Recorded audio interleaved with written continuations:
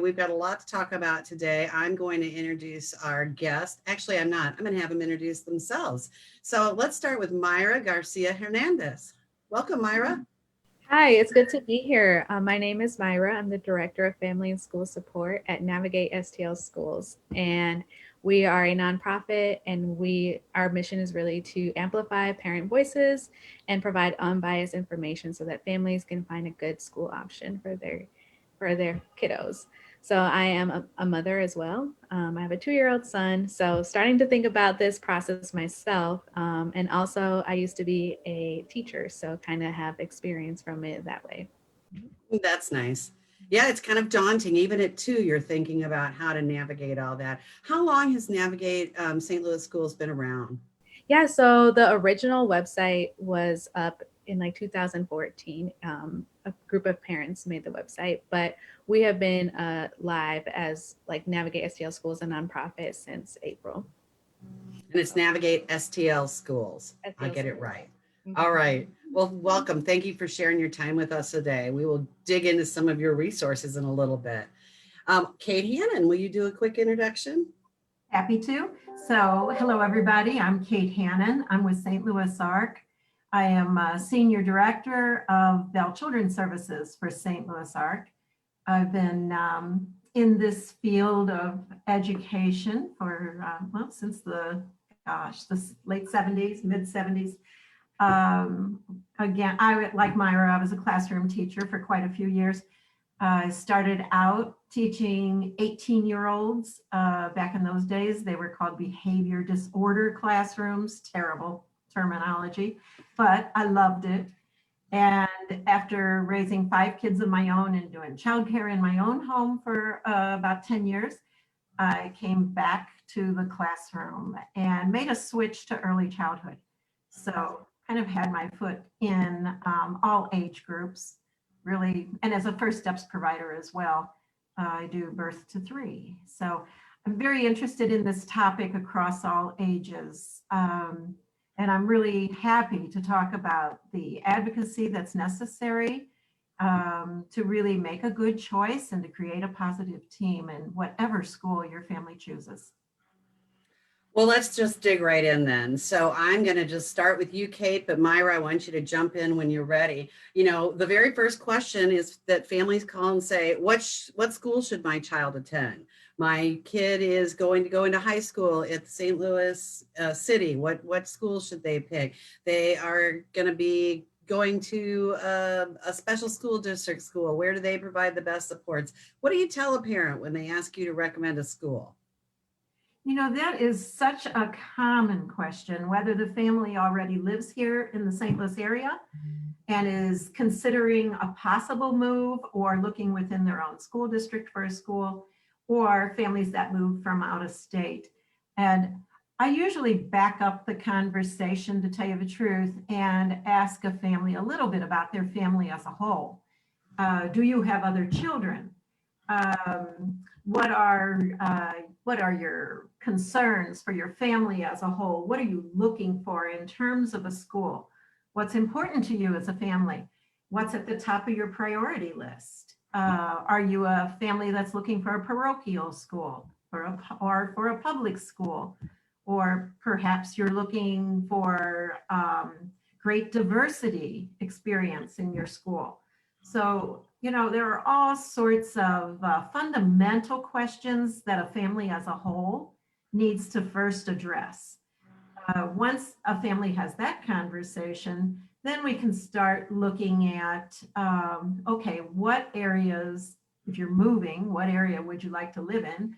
Or if you're already settled, say you're already in the city or already in the county, then we can talk more about what specific schools have to offer and maybe connect you with parents from those areas as well, so that parents can share their experiences and learn a lot that will help inform a good decision. Yeah, I that's the first thing I do is just shoot them right to a parent listserv because I think every individual school has pros and cons and only they can really sort out the priorities for their family.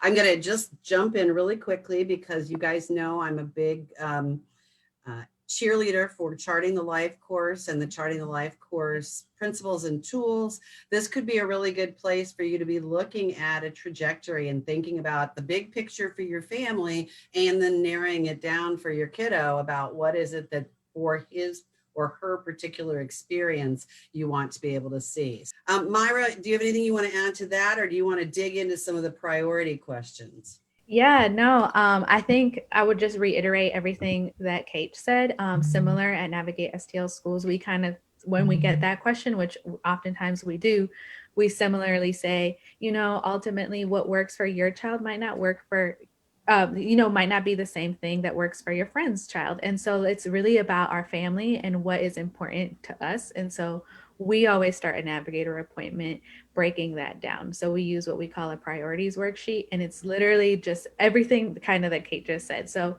what, as a family, what are we envisioning? What are the things that are super important that we must have, like services? And that might look different from one family to the next. And so really I'm gonna pull up the priority sheet while you're talking. so yeah, that's how we always start, because in the city there are so many options. In fact, our website has 111 schools. So how do we even start to narrow that down? Right? It's really about thinking about what as a family is important to us, what things are we interested in, and ultimately deciding maybe like here are my top 3 must-haves. So if a school does not have these things, this is not going to be a good fit for us. And then we also like, if you scroll down a little bit, we also like to also make a list of nice to have. So things that, okay, like we would really like to see this and it would be great if it was there. But if it's not a deal breaker. Just because with so many options, especially in the city, it's really like, how do we even start to narrow that down? And this is what we use, because ultimately we can't recommend the best school for every family, but we can help them understand and figure out those things for themselves. I like Yeah, that. and Myra, I just say ideally, families would love to have their children under one roof in terms of an elementary school, for example. But sometimes that's just not possible, you know? And I like that you said, like in the city, you have so many options. Could be that you choose your neighborhood public school for one child and yet one of the charter schools for another. So really that process, I love your sheet. That process of answering those questions could be applied to every child in the family, and then collectively decide, okay, what's in the best interest of our family. I also just think it's great problem solving, because almost every decision you're going to make, there's going to be your must-haves and your it would be nice list. And so applying that to school is so nice. I think also thinking about what you absolutely don't want, because sometimes what you don't want to see can drive you just as hard. I don't know if you've had any experience with that, Kate. A Oh, that's school. such a good point, Sharon. I know through the years, I've seen families who felt they didn't, not, that they may not have had an ongoing choice within a local school to really secure an inclusive experience for their child if they wanted it. They wanted to see their child in the regular ed classroom, the bulk of the day in that classroom, feeling that this child and this family belonged to the general ed community as a whole, not a little special ed side group. That's extremely important to some families, to most families, honestly. So I think, yeah, that's an important point. There are schools that are very open and supportive and really work hard to be an inclusive community.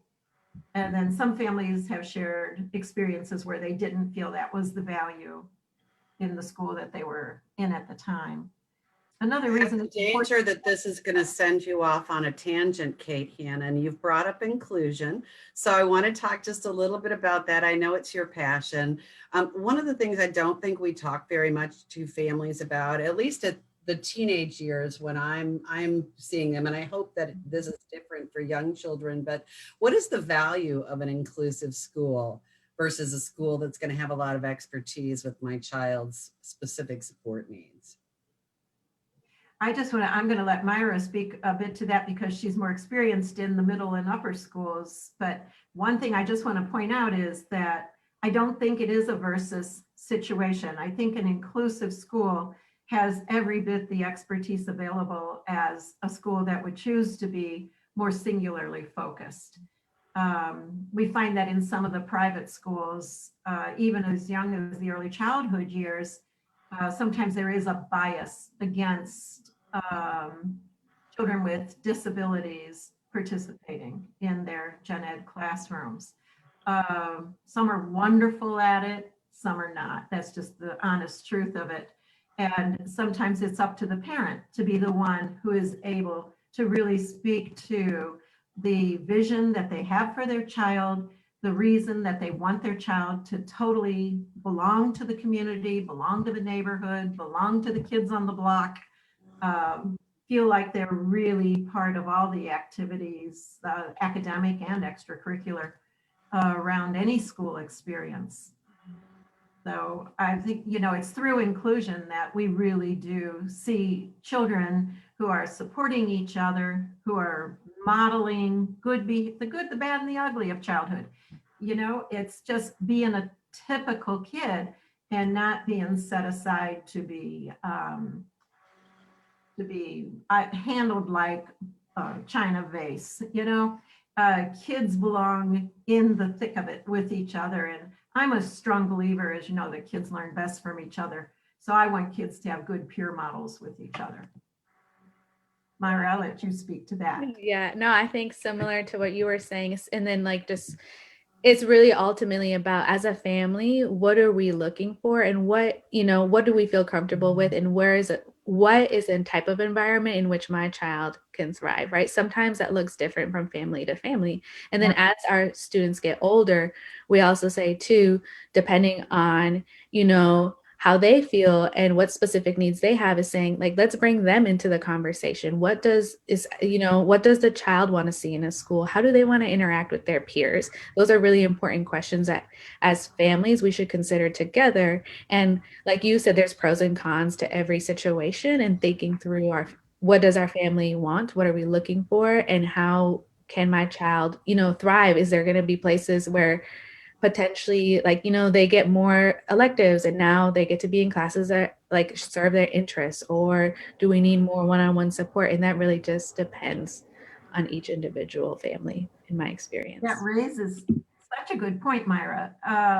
I just recently was talking with a family whose son is in middle school in a public school district here in St. Louis, and the interest of the child is theater, but the school doesn't feel that this child is able to be part of that extracurricular activity after school without having a one-on-one aide to be part of that experience. I mean, there are so many details that come up, and those types of conversations are the upfront ones that I would like to see families have with schools. How much, when schools say they are inclusive, you got to dig a little and see. What do you mean by that? What's it look like? Are kids with disabilities encouraged to belong to the after-school clubs? Yeah. Am I, as a parent, expected to be there with my kid in order for him to participate? Then that's not the typical experience for a middle school kid. So what kinds of solutions does the school offer? What kinds of supports? And even at the younger levels, when children go on field trips, I'm assuming we're going to get back to normal school again, and there will be field trips, and sometimes there's even overnights. What about my child with disability? Does my child get to go? There are just so many questions beyond the academics. I think the academics get addressed. We're going to teach kids to read and write and add and do all those things, but it's more those social and emotionally based experiences that concern me, that help a child to really feel that they belong. Yeah, exactly. That kind of idea of there are benefits to being in schools with different, students, and different, whether they be neurotypical or not. And what does that mean for my child? And how can we make sure then that the services that they need are going to be provided in an equitable way, ultimately?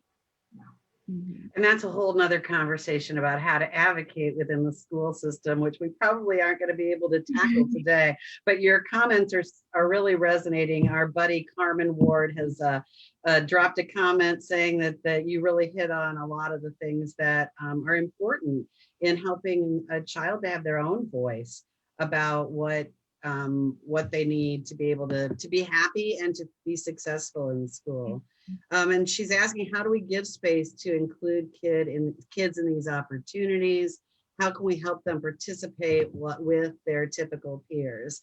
And I don't know, which of you, Myra, if you have anything you'd like to add for Carmen, or Yeah, no, I think it's super, I guess, similar. What she's saying is so true, right? Ultimately, we want to see our kids doing particular things and depending on their interests, and we want to give them the opportunity. And it's all, for me, you know, is about asking questions and gauging like what the school culture is like, gauging and saying, okay, is this going to be a good fit for my family? Are they going to feel welcomed here and supported? And ultimately, that's what we're trying to help families do and prepare them to ask those questions and to go to those places and find answers.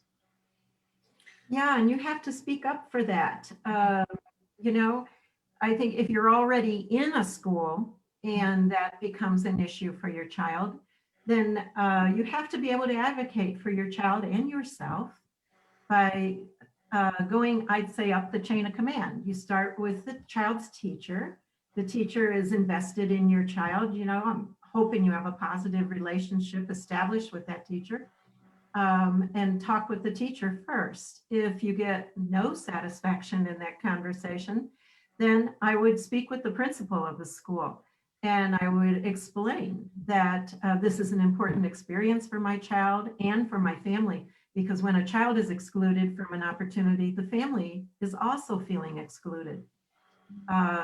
Nobody wants to go to your neighborhood school or to any school, private or otherwise, and feel excluded.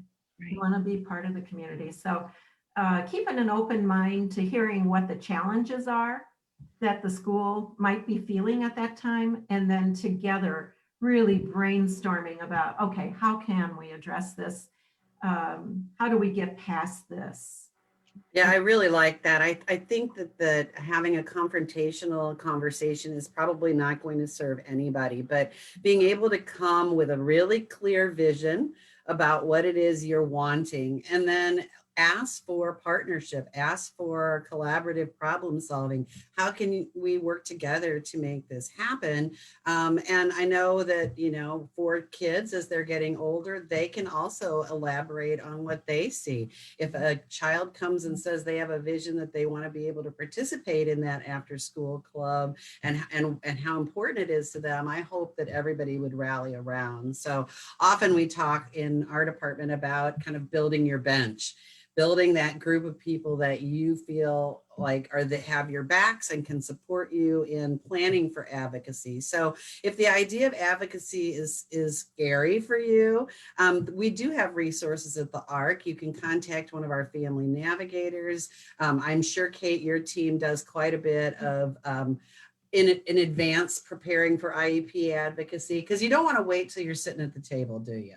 No, too late. Too late.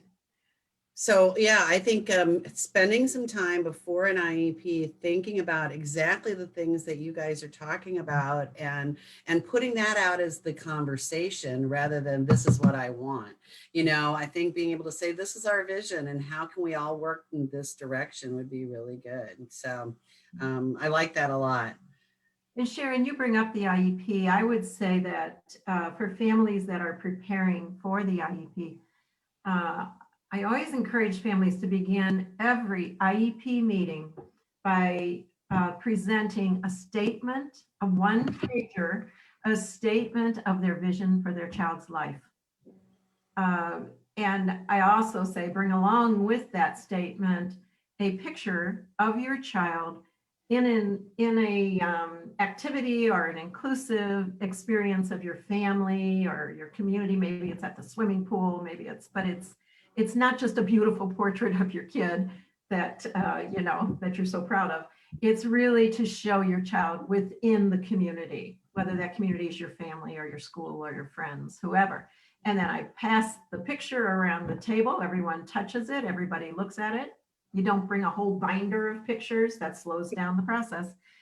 One picture will cut it, just so people are reminded, because we have people at the table who have never laid eyes on your child, and some have only tested your child. We all know we're not known by testing.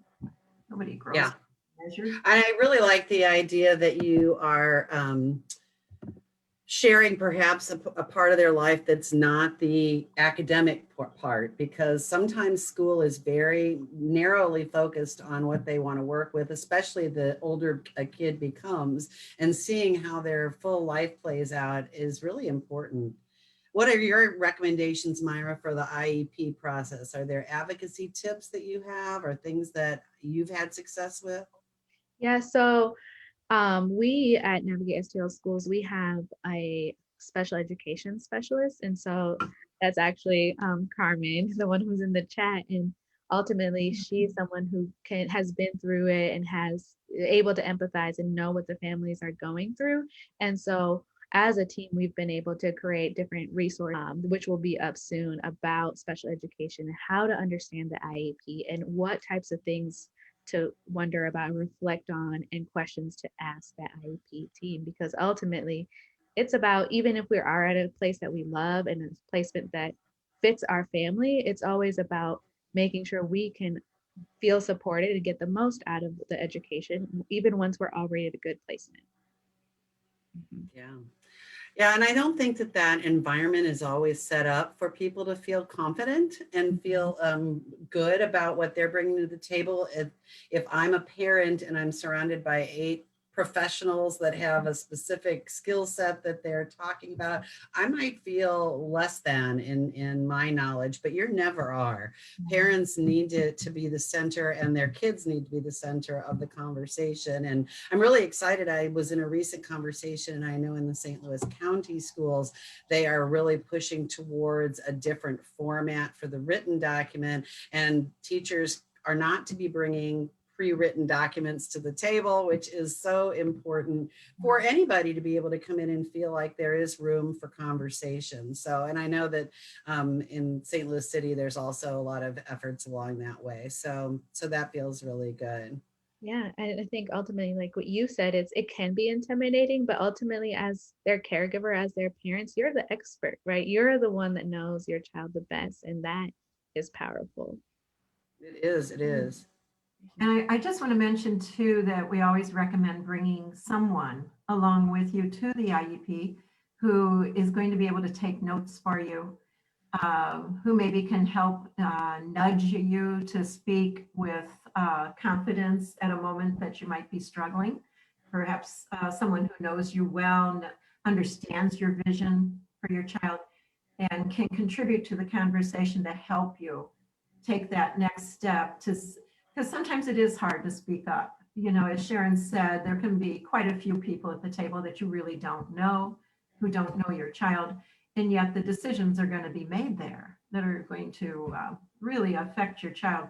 And I think that vision that we spoke about, the vision statement, we want to ask ourselves at the IEP table, are the decisions that I'm considering here moving my child toward that end goal? Or are they moving me away from that end goal? Then there were compromises to be made all along the way. We're looking to really work as a team for the child. It's not a matter of I'm coming in here and I'm going to demand everything I want. It's really a team effort to say, this is what my child needs. The school is saying, this is what we see your child needing academically. It's an educationally based conversation. But you cannot talk about a child learning without considering their emotional well-being and their social needs. I'd like to talk about actually visiting schools, how to kind of go around and assess what's happening in a school. And I know that Navigate STL Schools has another document, so I'm going to go to this tool. And while I'm doing that, I just want to say that your documents are available in Spanish as well as English, which is really nice. Yep. Yeah. So I can kind of give you a little bit of an overview on our on this toolkit. So we as a team kind of developed a way of saying like, okay, what can we expect when we visit a school? And potentially that aspect of the school search process can also be intimidating because you don't even know what you're looking for. You might not know what types of questions to ask. And so similar to what Kate was saying earlier, it's just like, it's almost too late by the time you get there. So being prepared is the best thing here, right? And so we have this worksheet where take you back to our priorities worksheet and think about the values and potentially saying, okay, come up with 3 questions that you would like to ask school administrators or staff to really hit on and gauge about where, like, whether or not those things that are on your must-have list are going to be there. We've also created several questions to consider asking in step 2 as you're going on the school visit and talking to the principal, or whether that be any other staff member that's giving you a tour. We just came up with pretty broad questions that you should be asking, and then leaving space for the answers that they give you and other observations as well. So if you scroll down on our last page, we also have this one where it's like observations to make as you visit the school. So both of you spoke on a little bit about, obviously when we go to school buildings, the conversation tends to be a lot about academics, but we also have to consider that a school culture is different from one building to the next, and kind of getting a gauge of what that's like and whether or not your child would be a good fit for that, or your family, is also important besides the reading or the science curriculum. And so these observations here kind of help a family observe and then kind of make their own conclusion about that school for their family. I really love these questions. They're things that I might not have thought to take a look at, but I think, the feel of the building is a pretty straightforward one that would automatically hit me. But I love the idea that you're really looking at if the students are being celebrated, how can you see the students' presence in the school? And I don't know if there's a right or wrong as to whether the classroom doors are open or closed, but I suspect it makes a difference for certain kids, whether or not they're open or closed. So this is really interesting. Yeah, and that's where these questions come from. I'm saying like there's not a right or wrong answer, but depending on who you are and who your child is, it's important to take note and observe those types of things. And what's the feeling that we're getting as we're walking through ultimately. So stuff like that, or observing during breakfast or lunch. For example, if your child gets overly stimulated very easily and you are observing that, what does that feel like? And is that going to be a good fit for our family? Just things like that. How do the staff members interact with the students? Do you see that as a positive? How do you feel about that? All those things where none of us can say whether it's correct or incorrect, but I think every family for themselves can kind of make that judgment call as they're walking through a school, and they can feel it ultimately. Kate, is there anything that you would add to this list as you think about inclusion, or maybe some of these questions, would you particularly want to be looking for something that would indicate where the school shines? Yeah, it does. It brings a lot of thoughts to mind. I know when I'm looking at schools in terms of, just to have inclusion in mind as I experience the school setting, I always take a look at the playground and the free time. I'd like to see what goes on socially on that playground.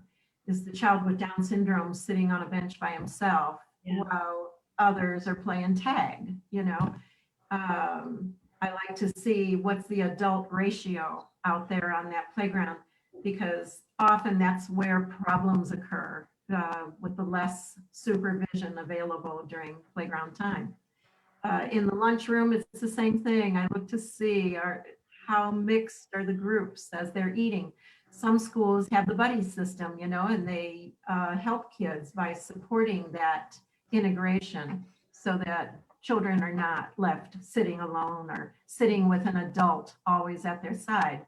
I like to notice the kids who have a one-on-one support and see if that adult is really fading to the background while allowing the child to be with other children? Or is it I'm glued to your hip and it's the two of us? Yeah, all those things jump out at me as I go through. I like to look at the artwork in the younger classrooms and see, is the child who basically is scribbling his ideas and expressions with great gusto hanging right next to the perfectly drawn figure, Mm, telling us that all are valued equally. I can see that being very telling. Mhm. It is telling, and even how we line up, so many schools want to have the order in the hallway of walking in order. Is the child with disability always the last kid at the end of the line? Or is there a really wise teacher who gave a child a box of Kleenexes to carry to keep their hands busy so that they wouldn't be poking or pushing as they walk through the hallway? There's a wonderful middle school that we were able to visit a couple times. We did anti-bullying presentations with them, with adults with disabilities and with their 6th and 7th graders. And I don't know if you're able to see this in a tour of a school, but it was really telling to me the roles that they gave to children and whether that they were able to be in a role to take a lead in getting the project completed. And that was really exciting to me. So that might even be something that you could observe.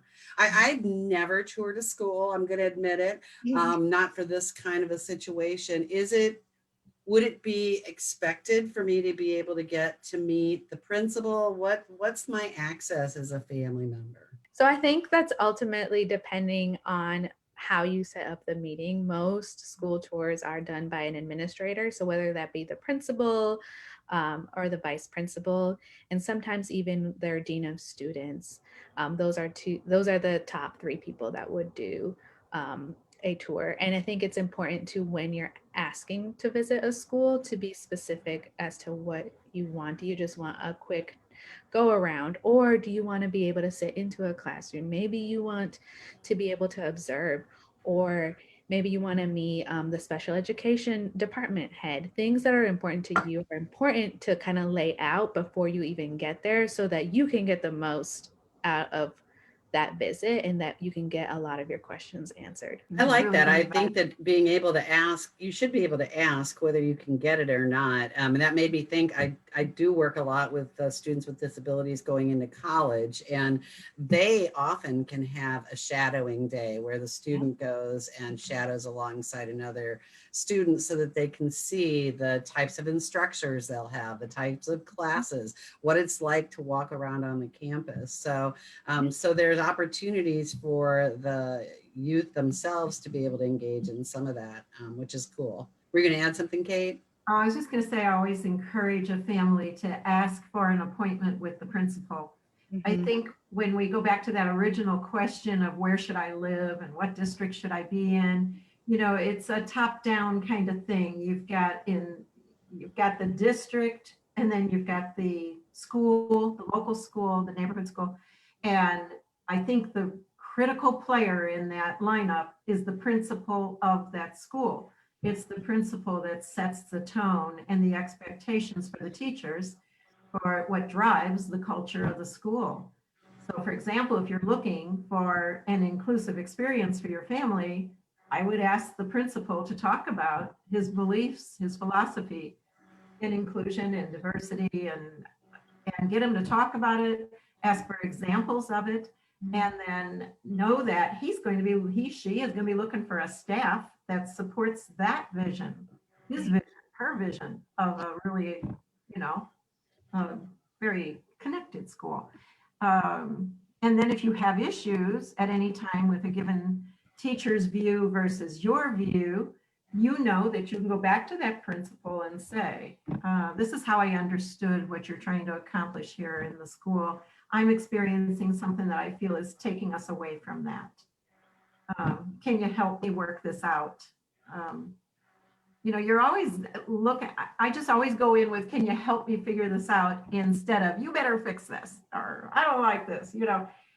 It's all about building a positive team and building a relationship that you hope is going to last through the years for the sake of your child. I feel like I kind of brushed over this part of the IEP. So I want to go back to, I've seen many situations where families bring in extra support when there's a disagreement between the family and the school system about what the next school opportunity is going to be. So maybe they're not moving, but maybe they are going to be moving from elementary to middle school or into high school. And there's a disconnect between what people think. And you've hit on it a little bit, but if we could go back and talk about how to navigate that situation a little bit.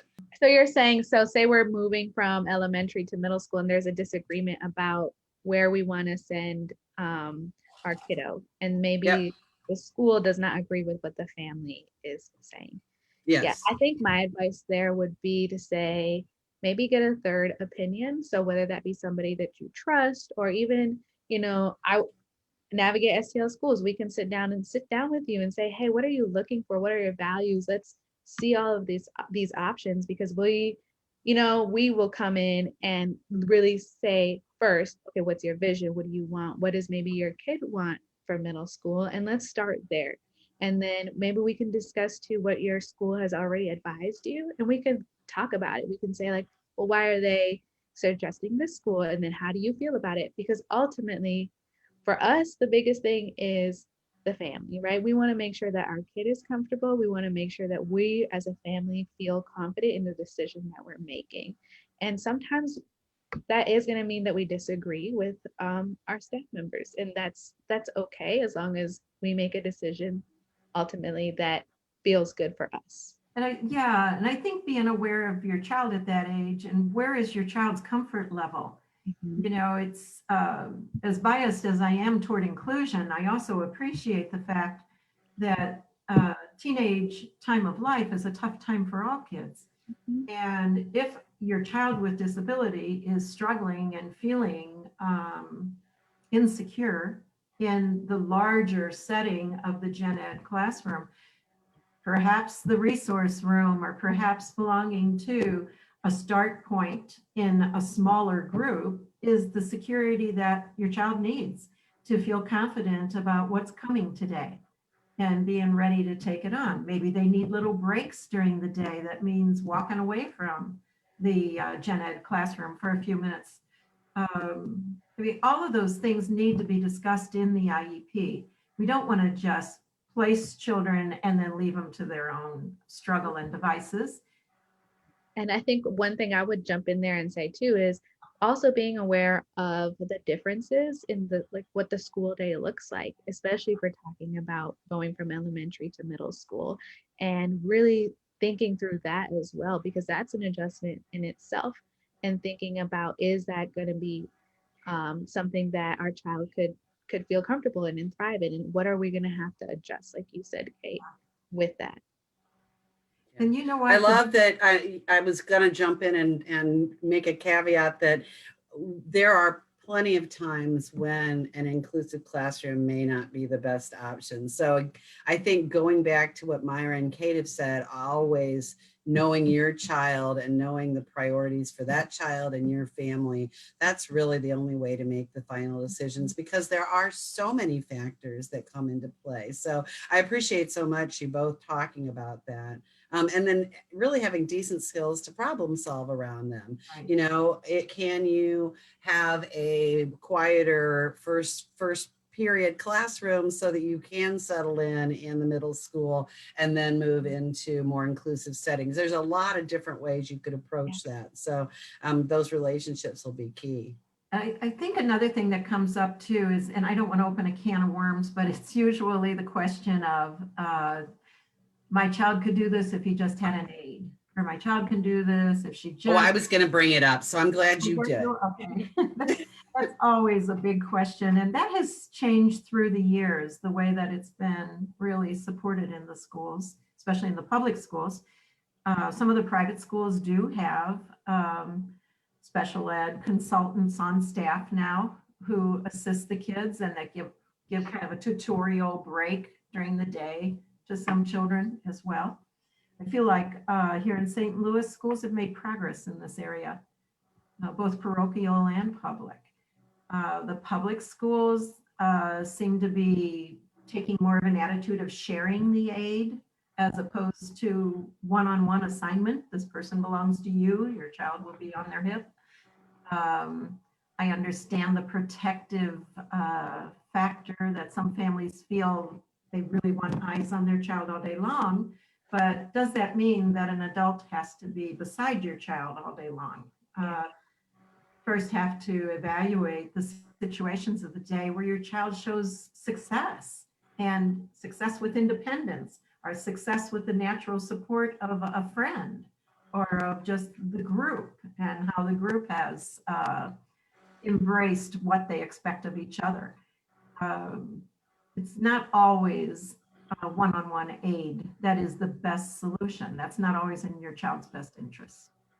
I love that you said that because I think sometimes families just go in and talk about what they need and they think the more they can get the better it's going to be, but not necessarily. And I have such a great story about that with one of our families whose daughter was in high school and she had a full-time paraprofessional with her, and mom and I were in a group planning forward for when she left school, and she realized that every single one of her goals was for her daughter to be in inclusive environments, working and having an apartment, and there was this huge disconnect. Well, how's that going to happen if she's used to having this adult walking by her side the whole time? And it was such a great story because she really kind of thought it out and went to the school for a meeting, and the principal was there and talked about how can we start reducing this down. And the principal looked at her vision and really got it and said, you know what? Give us 2 weeks to plan. We're not going to have an aid at all anymore. Then she was like, wait a minute. Oh my gosh. But you know what? 2 weeks later, the school took it on as their responsibility, and she did not have an aid anymore. And the worst case scenario, she lost a few water bottles, and they figured it out, and the peer support was there.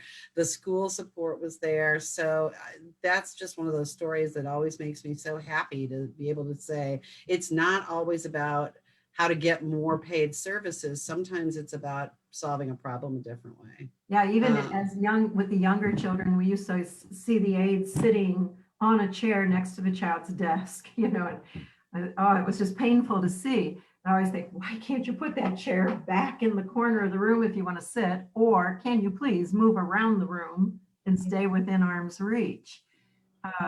There are just so many observations you can do to look at how could we foster more independence for this child. Would you like to show people the Navigate STL website? And this is for primarily St. Louis City. Correct. Yes, like you said, currently we have only city schools. We have 111 schools. In the future, hoping to expand into the county, but currently we have only city schools. And so I want to just point out a few things before I get started, and it's really saying we always encourage families to create an account just because you can log in and log out and then favorite some of your school options to come back to. So that is super important. I'm going to go ahead and show you our school search tool. And if you click on this tab right here, and wanting to also name that we don't rank schools. So like I said before, we're not going to say go to this school versus that school. We're not using data to say one school is better than the other, but rather using it as a comparison. And so each family gets to decide what data they're going to weigh more than others, what they're going to definitely look into, what's going to be a rule breaker for them, but wanting to be transparent and making this data accessible so that all families can understand and take that into consideration. So our yellow icon here means average or unpar, and you can compare the schools on our website with the city average or the state. So that's something that families, depending on what you're looking for, you can decide that for your family. And you can ultimately filter through various ways. So sometimes we want to be close to a certain address, whether that be our home address or maybe that's grandma's address because grandma picks up our kid from school. Things like that matter. And so wanting to make sure that those are options when filtering through schools. as well as transportation, whether or not it's a uniform. So thinking through how for some kids having a uniform is super easy and just great because you don't have to worry about it. But for some kids, they don't like it and maybe it's just a deal breaker for them. And so you can filter through that way. So I wanted to go ahead and kind of do a mock search. So I'm going to go ahead and say that I'm looking for a second grade placement. And you can use the filters to determine the priorities that you have to narrow that down. So as you can see here, we have 68 options. So imagine going through 68 schools and trying to figure that out. That's very daunting. And quite frankly, you shouldn't have to go through 68 websites, right? So you can use the filters to kind of narrow that down. And so we are able to distinguish between what type of school it is, whether you want a neighborhood public school, whether you want a charter school, magnet choice, which is within SLPS, or maybe you're looking at the private independent schools. So you can filter that out. In this case, I'm going to say that it doesn't really matter to me. I'm just going to go ahead and other things matter to my family more, such as I need there to be after school care and programs. Maybe because I want my kid to do clubs, or maybe because none of us get off of work until that time, and it's important for us to have that service.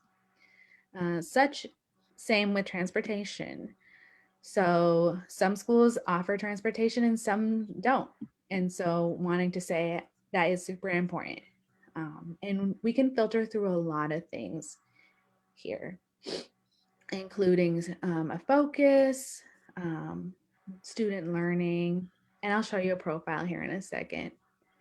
But maybe safety is super important and I want lower suspension rates than average. And so I can go ahead and filter that out.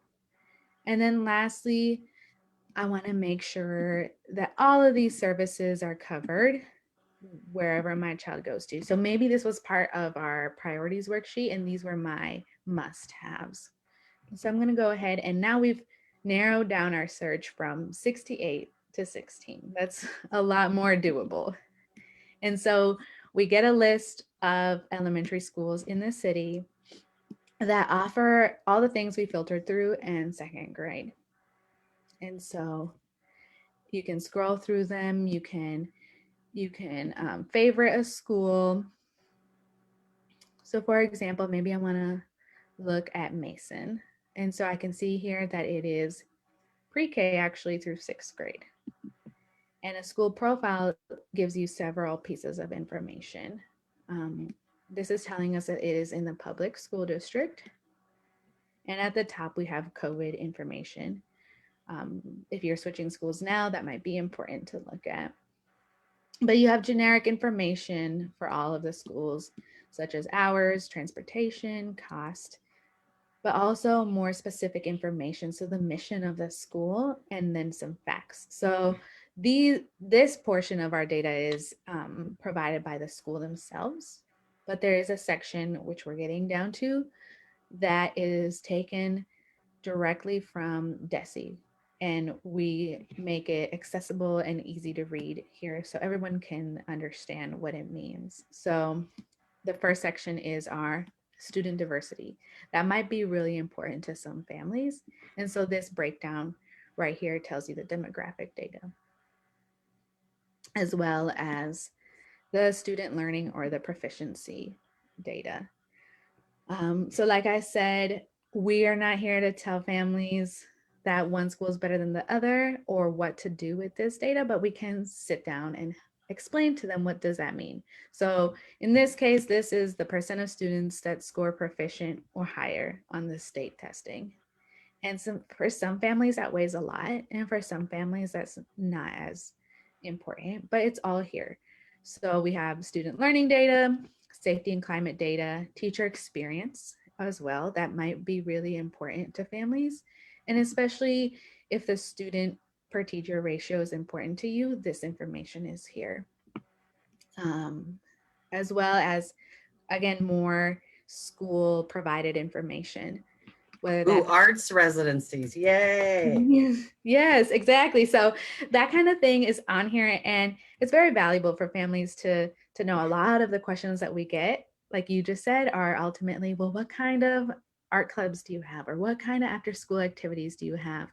How can my child participate in these? And that is here as well as enrollment information.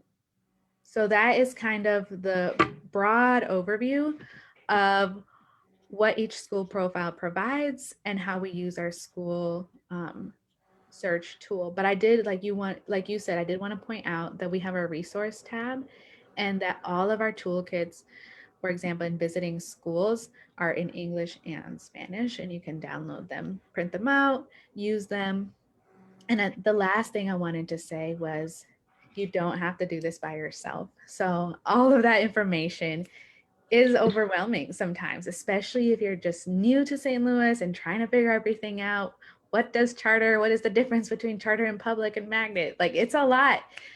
Everyone has their own enrollment timeline and application deadlines and all of that kind of stuff. So wanting to say too that if you go on our calendar tab, you can schedule an appointment for free with our navigators. And we have a lot of availability. Ultimately, some of them have a specialty, but all of them can help every family. So you make an appointment, I always say, with the person that fits your schedule the best. So all of that is on our website. Everything that we offer is free. And yeah, that's pretty much it. We have daytime, evening, and weekend hours to accommodate everybody's schedule. Lovely. What a great, great website and a great resource to families. I think it is so hard to make these decisions, and the more supports we can offer, the better. For the last 5 minutes, I'm just going to ask you to either share something that you just are burning to say to families out there, or a success story. If you've got a story about how a kiddo made choices about where to go to school on their own, or how a family became successful, let's bring it. So, Kate, I know you've got one story tapped up, it's ready to go. So Myra, I'm going to give you a second. We talk about the kids and their IEPs and being included and the challenge to doing that successfully. I think one of the things that stand out to me is a story that I had with a little girl who had really high levels of support. She used a wheelchair at all times, basically, for the school day. She did not, she had problems with seizure disorder. She had problems with communication. We had communication devices for her that all the kids in her kindergarten classroom learned how to operate. When doing the Pledge of Allegiance, she was able to choose the friend whose voice was going to be used, for the button for her turn to say the Pledge of Allegiance. She and the friend then were able to say it together with joint effort. When kindergarten ended, that child's team was recommending that she be placed in a segregated classroom. And the teacher was very much against that, the gen ed teacher, because she had seen this child flourish with her typical peers. So when it came time for the IEP, the mom was wondering how she could possibly get these feelings of the kids to be part of the advocacy work. And the teacher came up with the idea. They had the little girl laying on the floor on butcher paper, and the kids traced around the little girl's body image. And then each child in the classroom was quoted and signed their name, talking about why they need their friend to stay with them, and talked about her gifts and what she brings to their classroom and what she means to them individually. It made a life-size mural that was then hung at the IEP meeting. It's very hard to talk around a life-size mural. It was great, and that child was included for the rest of her years in that elementary school.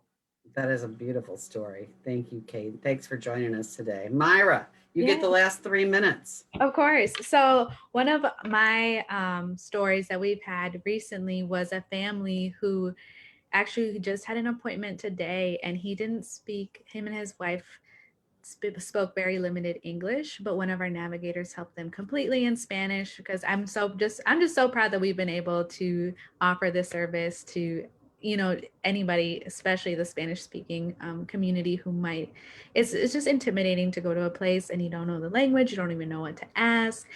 But this family was currently or was living in the Normandy school district. And from his understanding, the teacher told him that he's going to have to transfer schools because they moved into the city. And he just did not know what to do with that information. He was all nervous because they were like, they told me I have to give the laptop back and I can't go there anymore. And it's just overwhelming. But you know, he had a really great appointment with Maria, our bilingual specialist, and she was able to really sit down with both the dad and the mom and really say, okay, what are we looking for? Here are options, and really talk through that, and also just help them even understand that, okay, they're not going to come and take the stuff now, but we can help you through that process because it's intimidating and scary, especially if you can't communicate. So. Absolutely. Yeah, that makes me also feel really good about what we're able to offer families. So if you're out there, if you're thinking about choosing a school, you've got resources. You've got Myra that you can turn to, and Carmen, who's waiting out there to talk to you. We've got our children's team and also our family navigation staff. And you could also tap into things like FACT, one of our local organizations. So there's lots of ways to get some support at the table if you don't have somebody to bring with you, and to pre-plan, because that's going to be the most important thing.